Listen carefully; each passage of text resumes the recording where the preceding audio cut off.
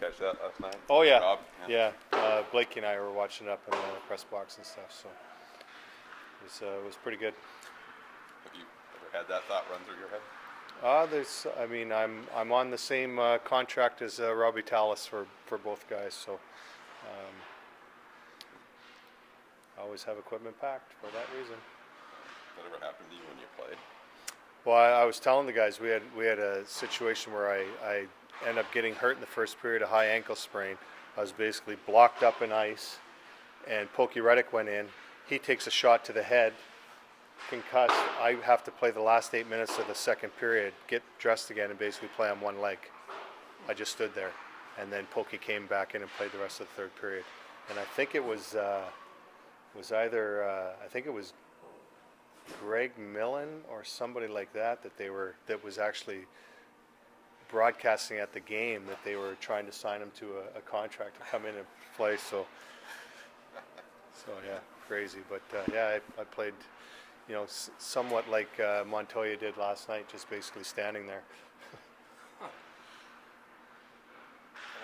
You know Quickie well enough, and we all know him well enough that I'm sure you don't worry about a bounce back game or that sort of thing. But did he give you pretty much what you expected last night? Oh, I didn't mind his game in Winnipeg at all. I didn't like the last goal.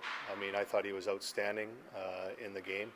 Obviously, it wasn't a bad goal, but it was a goal that I think just kind of surprised him. He kind of relaxed for a second as it kind of came through traffic, and Ladd wired it. But other than that, he was excellent. I don't look at that as a bounce back at all. He was happy with his game except for that goal, and the goal, pissed him off, and he has a way of coming back and trying to prove a point, and I thought he did last night, but I don't look that necessarily as that as a bounce back, because I thought there was detail in his game in Winnipeg. He gave us we were just flat out not very good. I'm sure there's tons of conversations you go through with a goaltender, and some things can be strengths, but do you ever talk to Jonathan about other teams getting under his skin and his reaction to that?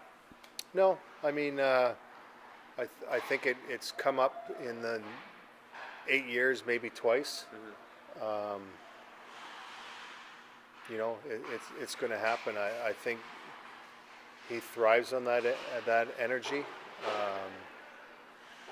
The frustration that I think that he has is that the few calls that he plays it as honest as any goalie in the league, and doesn't make a point of throwing his hands, doing the big acrobatic rollback whenever he gets hit. And I think that's where the frustration is. He plays it straight up, and we don't get the calls, and I think that's something that's being addressed in the league right now. They're going to look at that hard at these next general manager meetings, because it's it's unfortunate. There's 5 or 6 guys out there that are making it hard on the rest of the goalies in the league.